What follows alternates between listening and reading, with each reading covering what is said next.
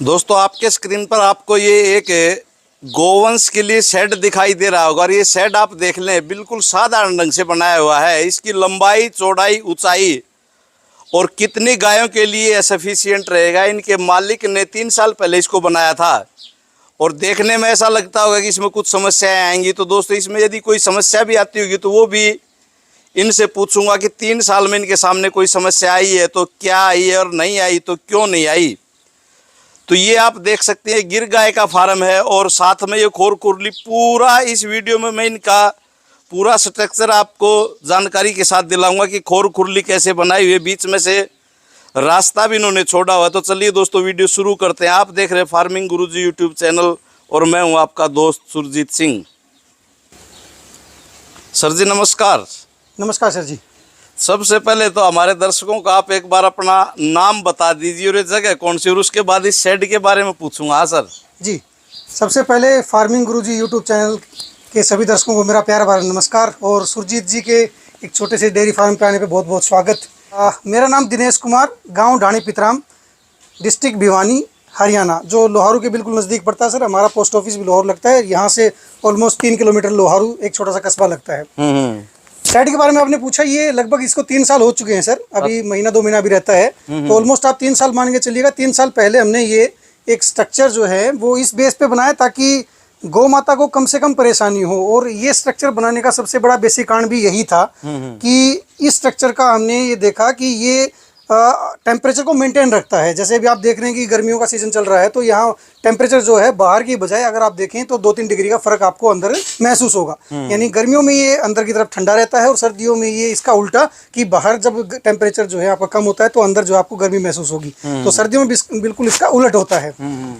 इस स्ट्रक्चर की बात करें, क्योंकि पहली बात यही आती है कि इसकी लंबाई चौड़ाई क्या होती है। तो अगर मैं इसकी लंबाई की बात करूं तो ये 60 फुट जो है ये लंबाई है इसकी, और चौड़ाई जो है एग्जैक्ट अगर हम देखें तो 38 फुट है। तो ऑलमोस्ट जो हम ये कंसेप्ट लेके चले थे वो 60 बाई 40 का जो एक आइडियल जो आपका फार्म हाउस होता है, आइडियल जो आपका एक शेड होता है, हम उसके हिसाब से लेके चले थे।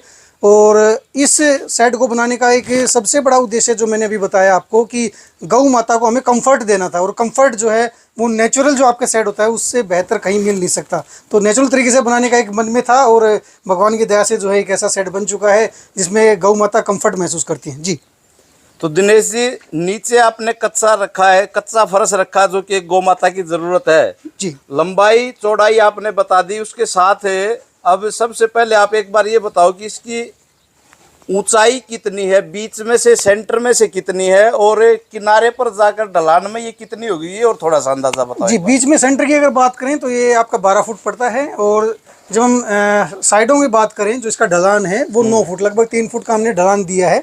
और उसका कारण यही था कि जो सेंटर में हमने ऊंचाई जो दी है, क्योंकि ये एक स्ट्रक्चर आपने देखा बीच में कई लोग जो है खुला स्ट्रक्चर भी रखते हैं कि हवा इसमें से पास हो सके, लेकिन ये अगर आप पूरा जो है सेट देखें इसमें डिजाइन हमने ऐसे किया है कि इसमें से हवा ऑटोमेटिकली पास होती रहती है। और क्योंकि ये बैम्बू का बना हुआ है, नेचुरल है, और बैम्बू की प्रॉपर्टी जो है वो बांस की प्रॉपर्टी ये है कि वो जल्दी से जो टेम्परेचर को जो है वो अपने ऊपर हावी नहीं होने देता। इसकी ये प्रॉपर्टी है कि ये गर्मियों में जो है ठंडा रहता है और सर्दियों में गर्म रहता है। कच्चे का आपने पूछा कि हार्ड सरफेस हमने इसलिए नहीं बनाया कि गौ माता को अभी थोड़ी देर पहले हमने कहा था कि हमें जो है कंफर्ट महसूस कराना था, और कंफर्ट इनके लिए ये नेचुरल बेड होता है। ये जो है ये नेचुरल गद्दा है इनके लिए। अगर हम इनको हार्ड सरफेस दे देते हैं तो गौ माता जो है उसमें अनकंफर्ट महसूस करती हैं। कभी भी आप जो है देखें अगर किसी भी पशु को तो हार्ड सरफेस की बजाय जो है कच्चे सरफेस को ज़्यादा पसंद करते हैं और इजीली हमारे यहाँ पर बालू मिट्टी मिल जाती है। तो दिनेश जी अब बात आती कि इधर आकर ये 9 फीट रह गया ढलान है सेंटर से। जी जी। उसके उसके बाद आपने ये जो जाली लगा रखी है जी, ये चटाई लगा रखी है, ये कितनी हाइट की होगी ये और बताओ थोड़ा। ये ऑलमोस्ट 3-3.25 फुट की है सर। 3-3.25 फुट की। और इसका फायदा क्या है, ये लगाने का उद्देश्य क्या था? वो पहली चीज ये है कि जब बारिश जब तूफान वगैरह जो आता है वो पानी जो है वो डायरेक्ट जो अंदर ना आए, पहली चीज ये थी। और दूसरा जो है अगर सनलाइट जैसे आप आपके बैक साइड में अगर आप देखें, क्योंकि अब सूरज जो है इस साइड पश्चिम की साइड जाएगा तो ये सनलाइट जो है वो डायरेक्ट जो है पशुओं को परेशान ना करे। तो थोड़ा सा इसमें कोई बड़ा साइंस नहीं है, इसमें सिर्फ यही था कि पशुओं को जो है एकदम से बारिश हो, जो है धूप एकदम ना लगे, क्योंकि हमने इनके लिए बाहर जो है वो वातावरण रखा हुआ है कि बाहर जो है ये खुले में रह सकें। तो ये स्ट्रक्चर जो है वो इस हिसाब से बनाया गया है ताकि यहाँ सर्दी के मौसम में, गर्मी के मौसम में, बरसात के मौसम में इनके प्रोटेक्शन हो सके। तो अभी हमें यहाँ से एंट्री करते हैं तो दिनेश जी, ये जो खोर खुरली या अलग अलग भाषा में इसको बोलते हैं, जी जी, कई जगह नांद भी बोलते हैं नाम, हाँ नांद भी बोलते हैं। तो इसका साइज एक बार बताइए हमारे दर्शकों को कि ये बीच में से इसकी चौड़ाई कितनी है और गहराई कितनी, ये बताओ एक बार। ये चौड़ाई की जहाँ हम बात करें तो लगभग आपका 2 फुट जो है हमने यहाँ पे छोड़ा है इसका। ठीक है। और इसकी गहराई इसकी कितनी होगी? ये और गहराई लगभग 1 फुट के आसपास, जो आप 1 फुट के आसपास गहराई, और बीच में से आपने इसको हमने ढलान दिया है जी। इसमें अगर आप देखें, हाँ, हमने इसमें ढलान देने का कारण भी यही है क्योंकि जो है अगर ये ढलान हम नहीं देते तो जो, अगर आप देखें, हम छानी या इसमें हम जो तूड़ा वगैरह जो डालते हैं, उसमें चाट बाटा डालते हैं, वो कई बार जो है इन कोनों में रह के यहाँ पे जो है फंगस होने की समस्या रहती है, जो कि पशुओं में बीमारी का एक कारण बन सकता है, सबसे बड़ा कारण। जी जी जी। और फंगस पशु की जानलेवा तक साबित हो जाती है। तो ये गोल जो है इसका सरफेस बनाने का कारण ये है कि ताकि इसकी इजीली सफाई हो सके।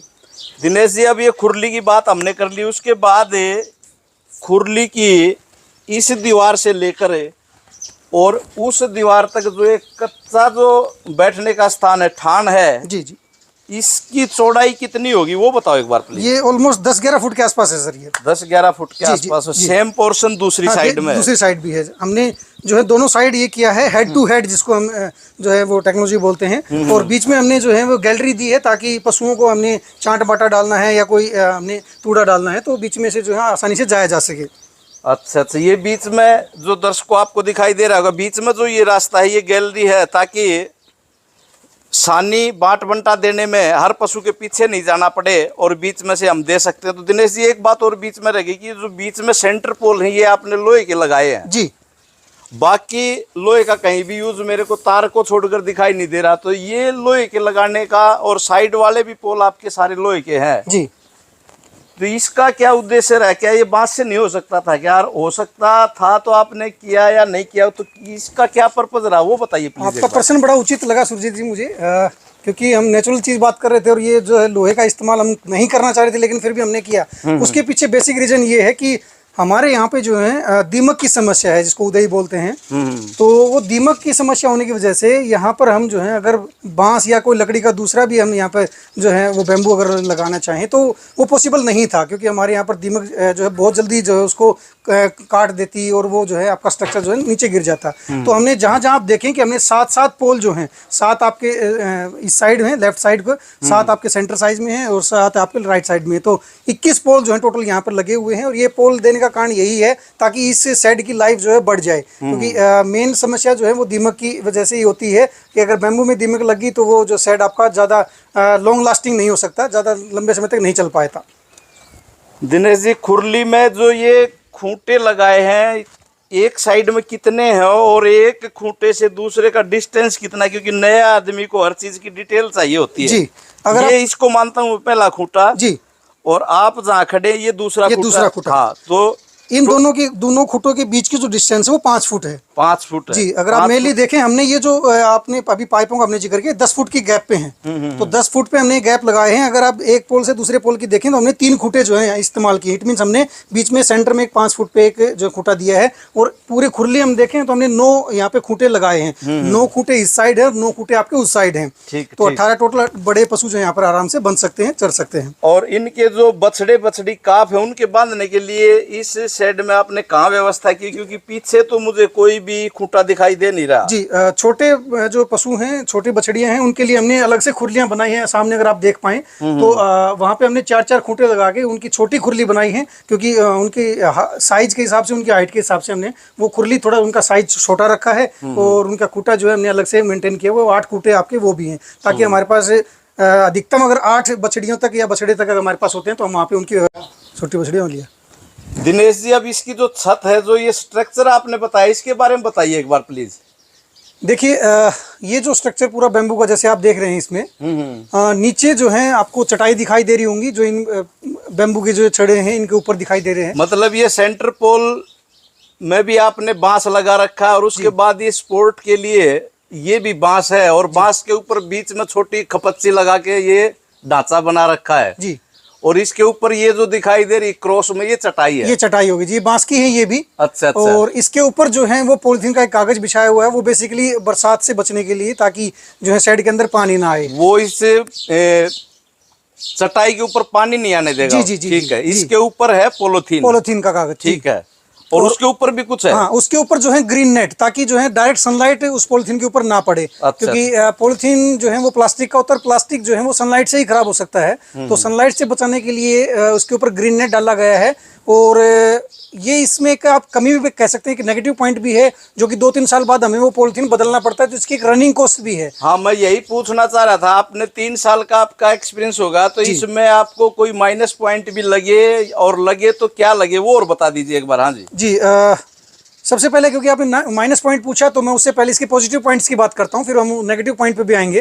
तो प्लस पॉइंट जो है इसके, जो अच्छी चीज़ जो इस शेड के बारे में है, वो पहली चीज़ ये है कि हर एक बंदा जो भी, अगर आप डेयरी फार्म पे आप इतने सालों से वीडियो बना रहे हैं, या मेरे कुछ मित्र जो इस सेक्टर में आना चाहते हैं, तो उनके लिए सबसे बड़ा जो है वो ये रहता है कि हम इन्वेस्टमेंट कितना करें। तो मेरा खुद का ये पर्सनली मानना है कि आप शेड पे जो है वो कम से कम खर्चा करें। तो मेरा दिमाग में यही था कि मैं पशुओं को नेचुरल वातावरण दूं, नेचुरल एटमॉस्फेयर दूं, और साथ में कॉस्टिंग मेरी कम हो। तो ये अगर आप स्ट्रक्चर देख रहे हैं, इसके मैं कॉस्टिंग की बात करूं तो ये लगभग जो है आपका जो टीन शेड होती है उनसे लगभग आधा रेट पे पड़ता है। क्योंकि यही 60 बाई 40 जो अभी हमने स्ट्रक्चर, ऑलमोस्ट हमारा यही स्ट्रक्चर अभी आपके सामने है, ये अगर 3 सेट की बात करें, वो 3-3.25 लाख रुपए का 3 साल पहले मैंने जो है वो उसके अप्रोक्सीमेट कॉस्ट निकलवाई थी।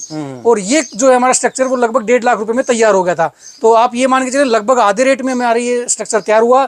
दूसरी चीज़ जो मैंने भी बताई कि क्योंकि प्रॉपर्टी इसकी जो है ऐसी है बेम्बू की, कि वो जो है टेम्परेचर को मेंटेन रखता है, पशुओं के लिए जो है खुशनुमा माहौल रखता है। और एक अच्छी चीज़ जो हमने इस पर बात की कि जो है आपका बाहर का वातावरण जैसा भी हो, क्योंकि इन 3 सालों के दौरान हमने यहाँ पे आंधी तूफान और बाकी सभी मौसम इसने सहन किए भी हैं। तो अभी तक हमें कोई दिक्कत नहीं आई। तो नेगेटिव पॉइंट की जो हम बात कर रहे थे, वो नेगेटिव पॉइंट यही है इसका कि हमें हर 3-4 साल बाद इसमें जो ऊपर का हमने प्लास्टिक की बात की, वो प्लास्टिक चेंज करना पड़ता है। जिसकी कॉस्ट, रनिंग कॉस्ट जो है वो लगभग 25 से 30 हज़ार रुपए की आती है, जो कि हमें 3-4 साल बाद चेंज करवानी पड़ती है। जी, मतलब आपके लोहे के शेड से आधे रेट में बन जाएगा। लेकिन ये मानकर चलें कि हर तीसरे साल यदि आप इसी डायमेंशन का शेड बनाते हैं तो 25 से 30 हज़ार आपको इस चटाई के ऊपर जो पॉलिथीन है वो चेंज कराने के खर्च करने ही पड़ेंगे। जी, यही बात ना दिनेश जी, बिल्कुल बिल्कुल। तो दोस्तों, इस प्रकार आप ये देसी नस्ल की गिर गाय का फार्म का शेड का डिजाइन देख रहे थे, तो आप भी ऐसा डिजाइन बनाना चाहते तो बना सकते हैं। और सारी डिटेल एक से एक इन्होंने बता दी।